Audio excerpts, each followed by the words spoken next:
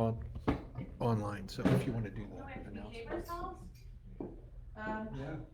Sandy just text message, she'll be, to class shortly. She's having a donut with Sydney in the Aw. Mother's Day donut thing down there. Aw.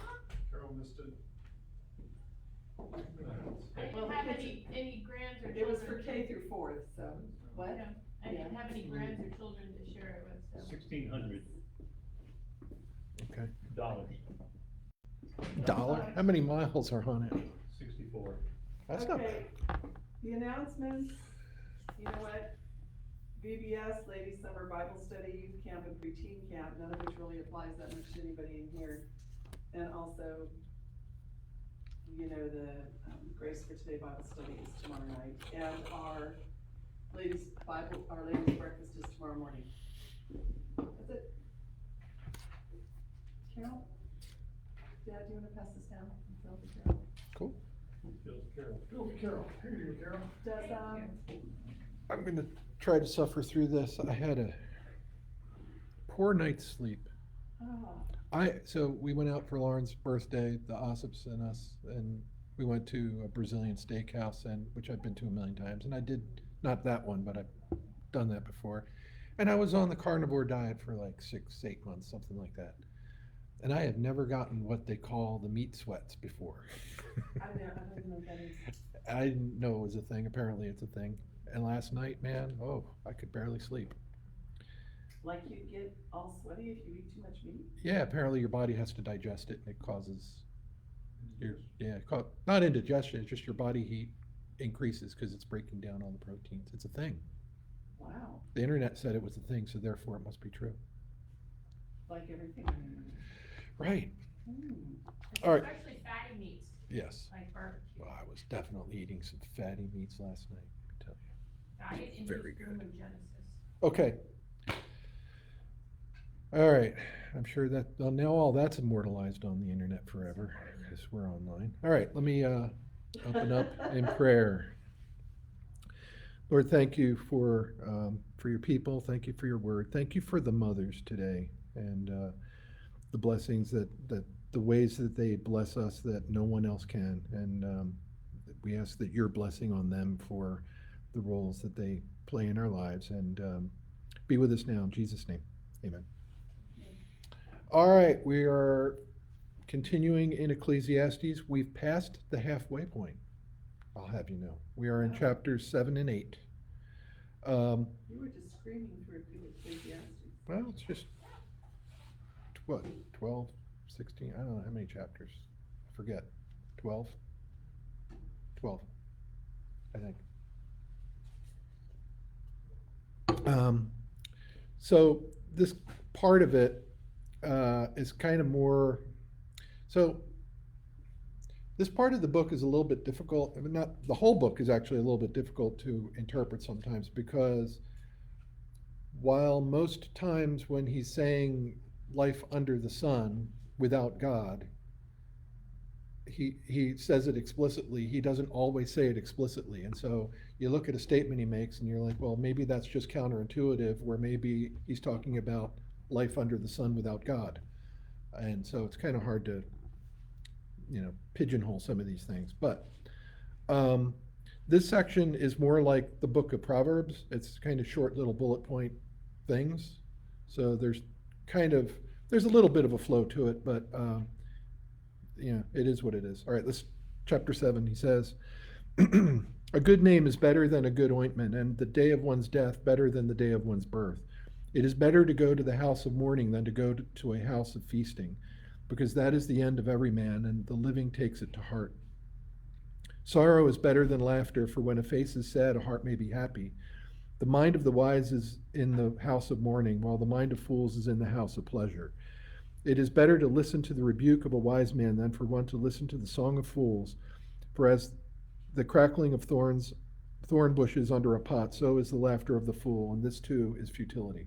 So this little section here, this actually opens up with a play on words in Hebrew. The word for name and the word for ointment or balm sound very similar. It's sheem or shemen. And so he's actually using a play on words there. that a good name represents honor, dignity, and he's making a connection between a person's reputation and their well-being, like with a balm or an ointment. Seeing, you see what I'm saying? Um, but he continues there in verse 1. He says, "And the day of one's death is better than the day of one's birth." Now, it's not obvious yet what he means by that, but Yeah. that's setting up the next couple verses. So here's what he means by that. He repeats the idea in a slightly different way in verse 2. He says, "It is better to go to a house of mourning than to go to a house of feasting." And then he tells us why. He says, "Because that is the end of every man, and the living takes it to heart." So think about the Jewish custom of when someone dies, what they call sitting shiva. It's when you have mourning, and it's usually like a week at the home of the family that lost someone. And you wear black, and you cover, the family is supposed to wear black, and they're supposed to cover all the mirrors in the house. That's part of sitting shiva. And then friends and family are supposed to come and go. And when you come, they say it's good to talk about the person who passed. When was the first time you saw them? When was the last time you saw them? What is your favorite memory of them? What did you appreciate about them? And it's something that I think in our culture we don't necessarily appreciate like the Jewish culture does. It's a really healthy way to deal with death. Because I remember when my dad saying after my mom died that nobody wanted to talk about my mom because they didn't want to upset him. But all he wanted to do was talk about my mom and remember her, you know. And so it's a very healthy thing Yes. in that I think the way the Jews do that. And that's what he's talking about here. But kind of he's taking a different look at it.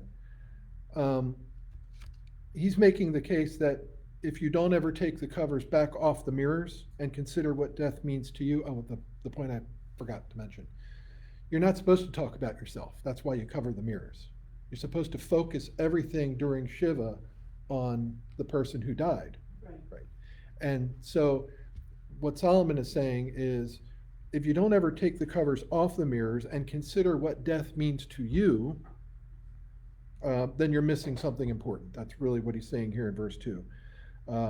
It's better to go to a house of mourning than to a house of feasting, because that's the end of every man, and the living takes it to heart. You have to consider death. If you don't ever consider death, then you don't ever have the opportunity to think about what are the implications, you know, whether spiritually, physically, all these things.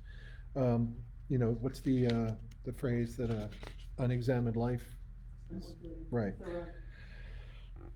I don't know if Thoreau's theologically straight, but that was a fair point.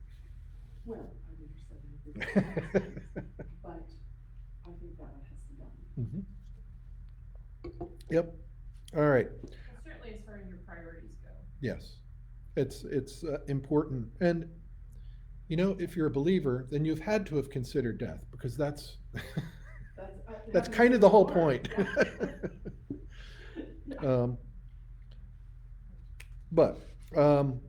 And in light of that, he says in verse 3, "Sorrow is better than laughter, for when a face is sad, a heart may be happy." So just because you're in mourning, that it could be helpful because you're dealing with, you know, eternity. I kind of think about back to chapter 3, there's a time for sorrow, right? There's a time for everything. And using those times to come to grips with the reality of death and suffering and seeking God is really the only way to get back to legitimate happiness. And verse 4, he says, "And the mind of the wise is in the house of mourning, while the mind of the fools is in the house of pleasure." It's wise, basically, to do that. What do you spend your time thinking about? Where's your mind? Well, if you're wise, he says, you will at least spend some time thinking about the house of mourning, about what death means. You know, there's the thing about the Irish wake, right? And anybody ever heard the song "The Night Paddy Murphy Died"? It's an old Irish Actually, yeah, that sounds familiar. tune. And basically, it's making light of an Irish wake, basically, because it sounds gruesome, but the story told in the song is that everybody came with all of their whiskey and with all of their beer, and they didn't have any place to put all the beer, so they moved the body out of the casket, filled it with ice, and put the beer in there. And then they did the whole wake, and then the next day they were supposed to go to the funeral, and took the casket and realized they've left the body back at the house. But that's the night Patty Murphy died. Hate when that happens. Pretty much sums up what Solomon says fools do, according to here. He says, well, the mind of fools is in the house of pleasure. But I think one of the things about, it is true, this is true, is that the older you think about it, or the more people in your life you've lost, you think about it, because if you are a Christian, particularly with people who have lost their Christians, Yeah. you know that you will see them again. And I was talking to someone the other day who had lost someone, and said, you know, when you lose people you love in your life, your heart just goes a little bit farther into the river, because that's where you want to be with those people. Yep. Yep. But Solomon is saying to consider death and to set your mind on the house of mourning and not drown it out in drinking and pleasure and be distracted by just trying to remember the one who's passed. Is the more important thing is to hear from God himself. And he says in verses 5 and 6, it is better to listen to the rebuke of a wise man than for one to listen to the song of fools. For as the crackling of thorn bushes under a pot, so is the laughter of a fool, and this too is futility. So, sorry? I just said, Oh. carry on. In the previous section, he was talking about what you're doing with your mind, what are you thinking about, and here he's talking about what are you listening to. And before, in verse 4, it was the mind of the wise, the mind of fools, but here in verse 5, it's better to listen to the rebuke of a wise man. It's better to think about mourning and listen to a rebuke than to think about partying and listen to a song, is what he's saying. And applying it to this context, the wise man in verse 5, that actually just might be some have suggested that it's actually an idiom or a euphemism for death. The rebuke of a wise man in Hebrew, apparently. Is it? It's suggested. I don't know if that's definite, but you can see how that would kind of fit if it is. So is the Song of Fools a euphemism for anything other than foolish people?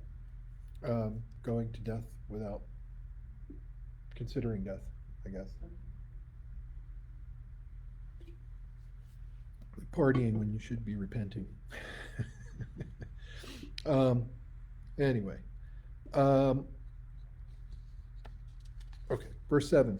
For oppression makes a wise man mad, and a bribe corrupts the heart. The end of a matter is better than its beginning. Patience of spirit is better than haughtiness of spirit.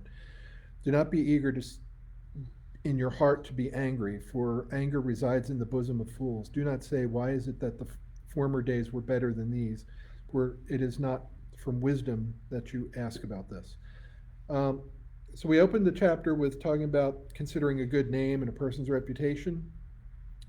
Well, instead of a good name being anointment, like he said in verse 1, he says in verse 7 that consider an oppression and a bribe as are corrupting, and a wise man hates them. So it's kind of the opposite perspective. He says it's better to finish well than to get all worked up for some new project and run out of steam, and shows lack of character. Ask me how I know. I have a lot of half-finished projects, but but the important thing is we do this with spiritual things too, unfortunately. And I like to hope that I'm better at the spiritual disciplines in this than I am in other projects. But yeah, we're in May. How you doing on your Bible through the year if you started one? Are you still with it? Right? Sorry to bring that up. I'll move on. Or have you accepted that that is not something that your brain is going to do, so you study your Bible another way, topically or by book, because that works better? You know what I actually, so I read like I set aside specific times during my day to read every day. So because it's my relaxation, that's what I enjoy doing. That I actually started using the first part of my day, the first time I read in the day, as being just reading the Bible. And I read it like a book, just from cover to cover. And then whenever I finish, I pick up a different translation and then start over with that one. And it's around 9.5 months, I think it takes me to get through the whole Bible like that. So Have you ever tried the Wonder Bible that's set in chronological order, the Gospels all harmonized, the Psalms written into where they were probably written? I've not The tried it, prophets. but yeah. Yeah, it's a great one. I have read it not all the way through like Maggie has, because she's very faithful about the Mhm. Bible in a year. But, it's a very, I find it a very interesting read, especially some of the Old Testament stuff, where they Mhm. incorporate the prophets in to histories. Yeah, that's Yeah. cool. Yeah, so it's better to finish than I think we beat that one to death. Verse 9, he says, "Don't be eager in your heart to be angry, for anger resides in the bosom of fools." Yeah, you know, uh, I think the last time I taught through Ecclesiastes, there's not a lot of sermons on Ecclesiastes, I'm just going to say, in depth. One of the series that I found the last time I went through it was Mark Driscoll, who I'm not a huge fan of, to be honest, but um, he had an illustration for this verse where he said he was in the car with his whole family, and something came out in front of the car. He had to slam on the brakes. And as he did, he heard his 3-year-old daughter in the back seat go, "Idiot." And his wife looked at him and said, "You discipled her." Which, okay. And moving right along from that. Verse 10, he says, we should not ask, why is it that the former days were better than these? It's a funny thing about the human psyche that we tend to forget unpleasant stuff, I think. If you think about the past, nostalgia is kind of a trap in this way. Um, I think, I don't really. So I had a really hard time my last 2 years in the Army, and then going into college was kind of like where the wheels came off, and rightly so. It was all self-inflicted. But it doesn't mean that, there were good stuff that happened there. And I think the temptation is to forget the bad stuff and remember the good stuff. It's kind of a self-protecting mechanism. I have not seemed to be able to do that for the Army or college. I just remember the bad stuff. But maybe that's a benefit according to Solomon. But nostalgia can be a trap. Why, you spend your days looking back at the better times or the good old days, and like think about when we were younger. Well, one of the best, most popular TV shows was Happy Days, right? The very name, Happy Days, and it was about the 50s. And we kind of idealized the 50s as being this wonderful, idyllic time period in America. Um, but, they really weren't that much better than the 60s or the 70s. They just had different problems, and I will give you an example. Have you ever considered how idyllic you would have thought the 50s were if you were African American? Yep. I mean, we had different problems, right? Yeah, but the families were complete. Well, that's true. I'm not saying, And actually, I make the whole argument that's an illusion. Since the black people hanged out with their own selves. Mhm. Remember, we're on the internet By right and now. large, in the media, we beat the crap out of them. But I begin to I question everything that's. Oh, I going know, today. I was know. like, I question our history. Yes. But the families were together. Well, I know, And that's they that's weren't- true. and they weren't committing the crimes that we see today in those black communities. So I guess my argument is, I'm not saying the 50s were idyllic. I'm just saying, let's not, use them as the scapegoat. Yeah, I was explaining, my daughter at work, they've been discussing a very important view of the movie Forrest Gump. So I Mhm. explained how the movie actually went to her, and you bringing that up, Mhm. it's like there's a lot of stuff that was going on in the 60s because she didn't understand the character of Jenny. And Right. to understand the character of Jenny, you have to understand a lot of what was going on in the 60s. Yeah. You Anyway. know. Actually, Thomas Sowell made big comments about how great it was in the Right. 50s. I wasn't talking about that. I was talking about segregation and And I'm also that. making the argument now, that do you think we're really that much better off? Right, but those are two different things. Two The- different- But I agree with you that part of this is, don't dwell on the past, Right. because that's one, whether you think it was better, or whether you think it was worse, you are still dwelling on the past rather than living in the present. Right. Or But planning you for the bring up future. the point, I mean, was the church better in the fifties than today? Or were just more social norms that were accepted in the fifties that we really? It's hard to pinpoint because we were culturally more Christian than we are today. We are post-Christian culturally, The so. church thrives under persecution. Yeah, that's true. We will see it. All right, verse 11. Moving right along. Looking at the time. That's why you shouldn't try and do 2 chapters, because there's so much to talk about. Wisdom along with an inheritance is good and an advantage to those who see the sun. For wisdom is protection just as money is protection. But the advantage of knowledge is that wisdom preserves the lives of its possessors. Consider the work of God, for who is able to straighten what he has bent? In the day of prosperity be happy, but in the day of adversity consider God has made the one as well as the other, so that man will not discover anything that will be after him. So, obviously Solomon singing the praises. Good morning. Bringing us donuts for everybody? Singing the praises of wisdom here. Remember that in Hebrew, the word wisdom is usually, it's intelligence and wisdom. It's not just what we think of as wisdom, but it's more intelligence, I think. And he's saying that it's good, and he says, verse 11, that it's like an inheritance. Knowledge and wisdom, and the wisdom to apply that knowledge is something you can spend like money. It's the currency in life. And he says in verse 11 that it's good and it's advantage. And 12, that it's a protection and it preserves the lives of its possessors.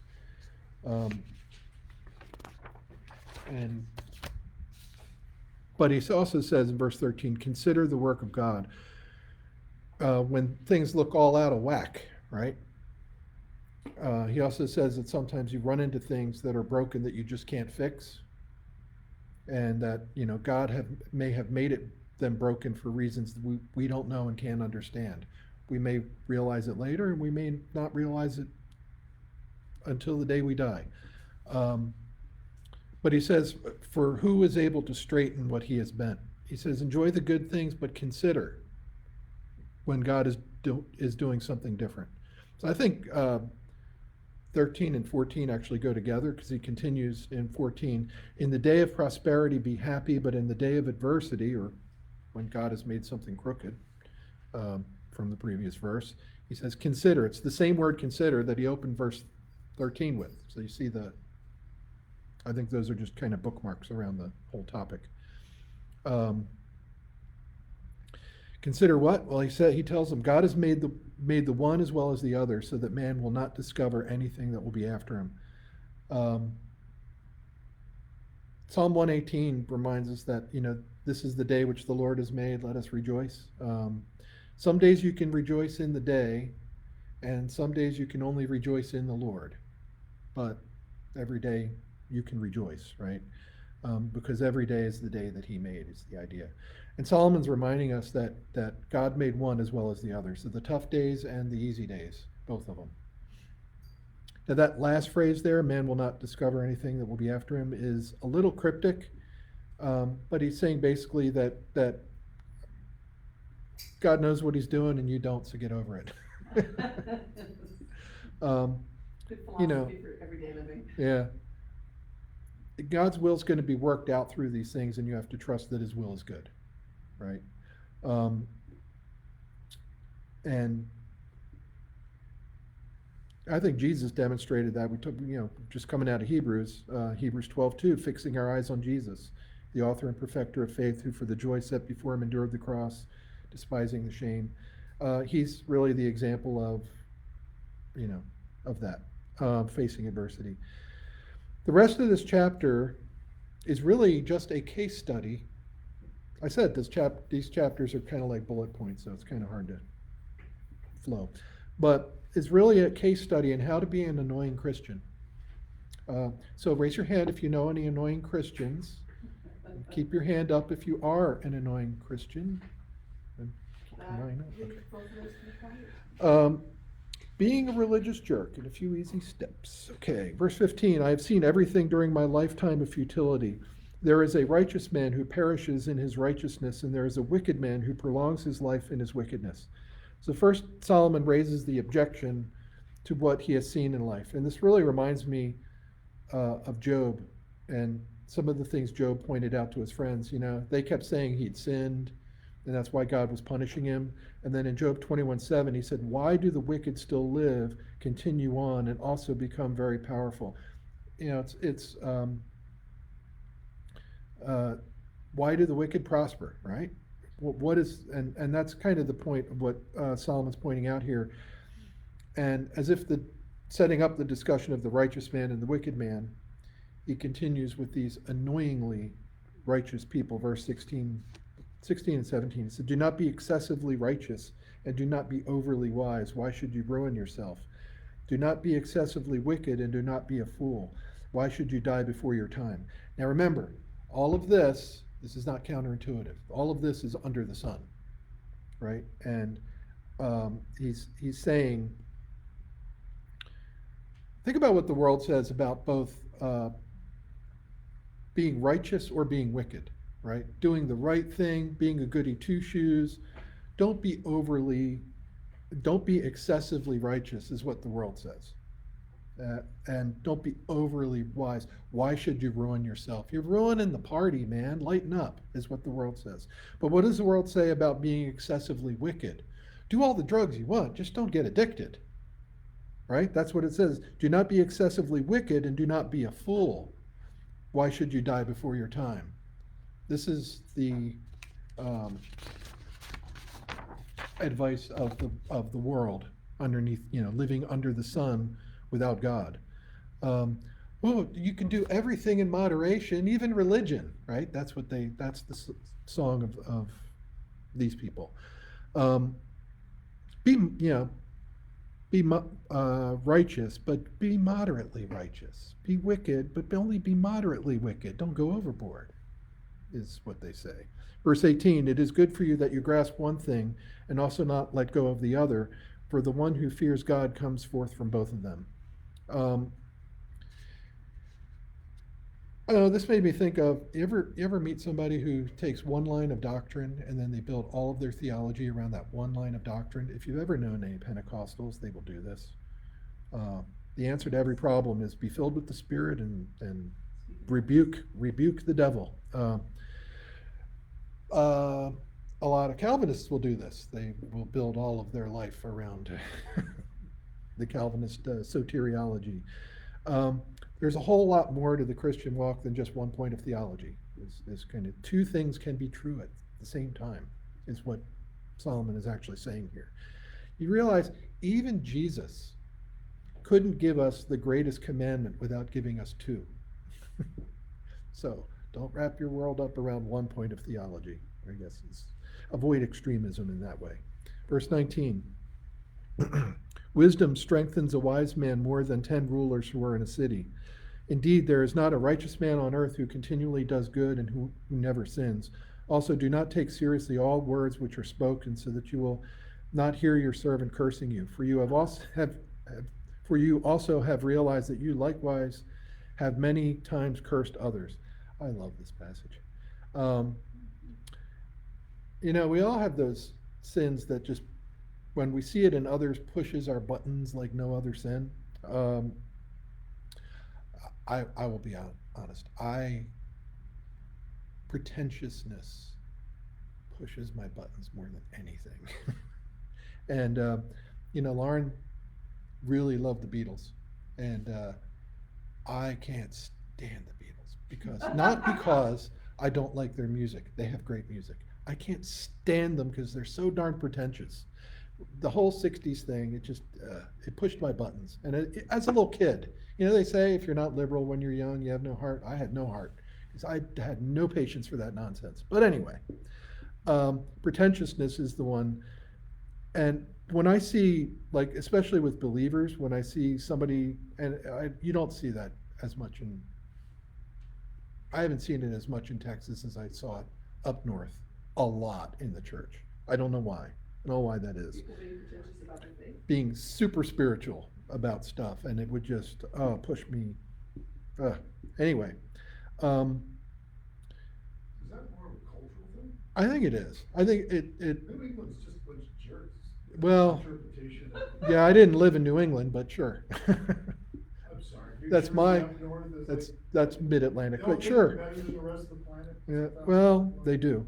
New England is, it takes it a whole other step, but, yeah. But what exactly is the point of pretending that you are super spiritual? Well, it's a pride thing, and you're playing to the crowd, and we all know it's fake. It's the same thing with woke stuff. It's all projections of how you're better because you care about these things, right? I wear a ribbon because I care. It's that. The woke right versus the woke left. Well, it's, anybody can do this, right? But that's, yeah, you care. But he says in verse 20, there's not a righteous man on earth who continually does good and who never sins. In other words, you're not fooling anybody by your excessively righteous appearances. And while we're on the topic, lighten up. Don't take everything so seriously. You may not ever hear your 3-year-old yell idiot from the back seat. I don't know if you were here for that illustration, but that was funny. Go back and watch the I video. have a dumb question. Since we're a post-Christian nation, Mhm. do we see this righteousness floating around like, I don't see it as much because we're a post-Christian nation. Am I correct in that statement? I well- can see the arrogance from, 50s and back. Well, I've been here 20 years. I don't know what it's like up north anymore. I can't tell you. I do think that still, and this is something I see probably, I do see it, but there are those who are not Christians, who are very pretentious toward Christians about the fact that they are non-Christians, and how can Christians still be so, superstitious or whatever. Well, okay, I will give you an example. I don't want to give this example online. How's it? After. I'll tell you after. Computer screen. I'll tell you after.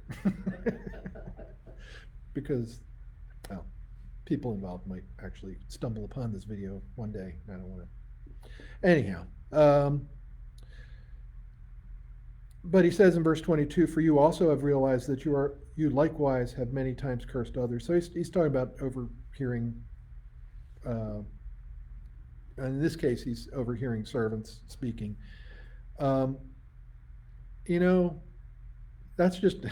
actually a really wise thing to give people, especially if you supervise people and if you overhear them saying something negative about you or about the company or whatever, don't always jump on it. Give them, it's a leadership thing. Let people, give them, air to decompress. Sometimes people need that and they'll say it and don't mean it. Now, if they mean it, that's a different thing. But, They may mean it in that moment, but Yeah. will not mean it 2 hours later. yeah, and that's just good advice. But, I was thinking of, when I read this verse 22, it made me think of the Lord's Prayer. Because what do we pray? Forgive us our trespasses as we forgive those who trespass against us. As means in like manner. Forgive us in like manner as we forgive those, right? That should give us pause. Verse 23, I tested all this with wisdom, and I said, I will be wise, but it was far from me. What has been is remote and exceedingly mysterious. Who can discover it? I directed my mind to know, to investigate, to seek wisdom and an explanation, and to know the evil of folly and the foolishness of madness. So, theology nuts, yeah. I just looking at Bible study, I like digging deep into the Word, but not for nothing, right? Not to discover how many angels can dance on the head of a pin and all that stuff. there are people who are like really into theology and into all that philosophy and all that stuff. And while you can have an interesting conversations about it, I'll admit this is part of my aversion to Calvinism. Is a lot of the Calvinists that I knew growing up and were around, especially up north, were pseudo intellectuals. They loved sitting around talking about this stuff. And it is, you have to understand, Philadelphia is really kind of the center of gravity of Calvinism in America. Is it Westminster? Because Westminster Seminary is in Philadelphia. And so there are a ton of Calvinist churches, Calvinist preachers. I grew up in and around it. 10th Presbyterian Church in Philadelphia has some of the greatest Reformed ministers. John Gresham Machen was there, Donald Gray Barnhouse, James Montgomery Boyce. I don't know why all went by their middle names as well, but they seem to. But a lot of these guys, and I used to go to the conferences and stuff at 10th Pres all the time because you get to go hear Alistair Begg and John MacArthur preach live. You go do it, right? It's right over the bridge. Why not? But it's the hyper intellectualism of a lot of that just really drove me away. Now, to be fair, I've had close friends that are Calvinists, obviously Rooster, and I have another friend, Rob, who's a great friend.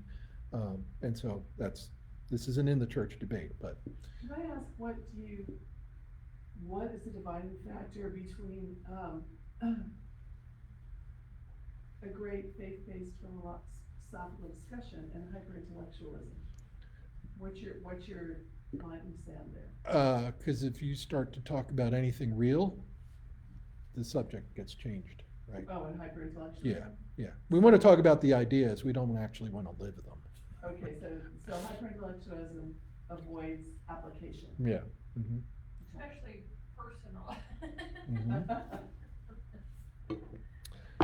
But anyway, but he concludes that it's okay to study and to know and to learn and all that stuff. Oh, by the way, the other end of the spectrum is, I already mentioned Pentecostals before. They can be real theology nuts in their own way, and they can be nuttier than a payday bar, let me tell you.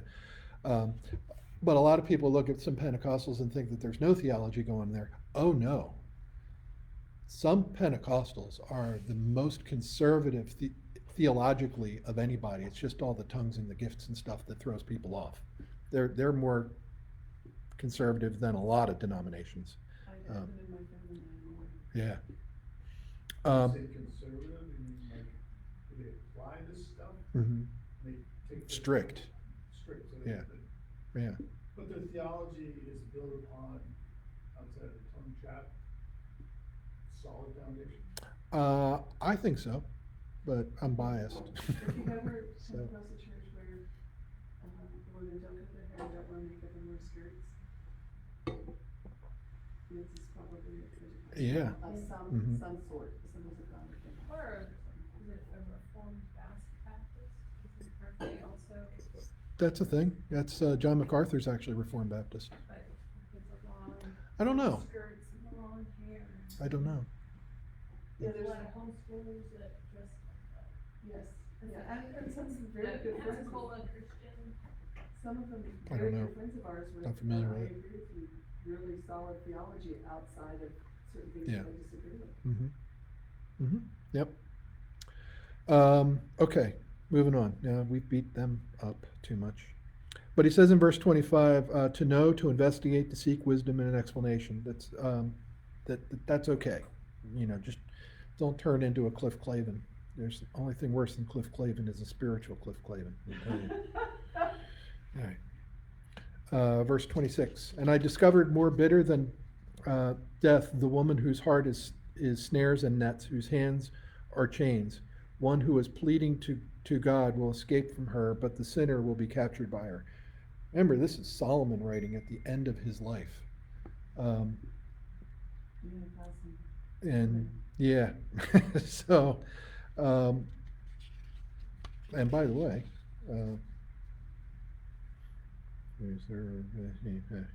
okay, yeah, so he's, his wives drew his heart away to other gods, and he built temples for them just to keep them quiet, I'm sure, at first, but then you know, they drew him away. And this is advice from his own hard-earned experience here. Verse 27, behold, I have discovered this, says the preacher, that adding one thing to another to find an explanation, which I am still seeking, but I have not found. I have found one thing, one man among 1,000, but I have not found one woman among all these. Behold, I have found only this, that God made men upright, but they have sought out many devices. So, this can look like he's just being very misogynistic here, but what he's actually saying, I think he's, again, from verse 26, talking about his own experience. And when he says one man among 1,000, you can read it to think that he's talking about one man among 1,000 men, but that's not what he's saying. He's saying one man among 1,000 women. He's got 1,000 wives and concubines, remember? And so a lot of commentators believe that that's what he's saying. And he says, but I have not found a woman in all of these. In other words, there's no one particular that he can love. I don't know who was writing Solomon, Song of Solomon too, but whatever. He hasn't found that one. So it's basically what he's saying is the old saying that if you've loved many women, you haven't really loved any of them, is what he's saying. And also, I think with all of these women in his life, did he ever, on what planet did he ever sit down and have truly deep, theological discussions with any of them to discover if they were in fact feeling or thinking along the same lines he was? Because Right. Christ makes it very clear that many women do, and Solomon is like, no, I got many women anyway. Yeah. No, So where are we? we had a conversation with 1,000 women, period. Didn't get anywhere. No, I don't. he didn't talk much. And a lot of them with political marriages, and Yeah. even in Song of Solomon, as beautiful as the book that is, and for what it represents, you don't hear a lot of her beliefs or mental processes over the course of the book. Mhm. That's not what is emphasized. If he wanted her opinion, he'd give it to her. I'm kidding. That was a joke. Oh, but in many cultures, it's a very accurate description. All right. Oh, yeah, the good old days. We're not going to get through chapter 8 because we're already done. So we will pick up with chapter 8 next time. And so therefore, I don't have a conclusion for you because we're not ending where I was expecting to end. Well, But- I think verse 29. But anyway, yeah. Is It's a only have I conclusion. found God made mankind upright, but men have gone in search of many schemes. Yes. Yes, That is. Yeah, don't do that. that's a conclusion. Good conclusion. Yes. All right, let's. Solomon did it himself, you don't need a conclusion, Solomon did one. All right, well then let's close in prayer. Lord, thank you for this passage. Thank you for all of these truths here. And even when it's difficult to tease out exactly what the truth is, thank you for paying off our diligence when we do that. And just pray that you would be with us now. Bless the mothers today, and I just pray that they are all feel their worth today, that they understand what you mean, what they mean to you, and why you have made them the way you have, and the blessing that they are on all of us in our society, cultures, families, and even in our church, that you would bless them and be with us now as we go. In Jesus' name, amen. So what is that example? What were you gonna say that you didn't say?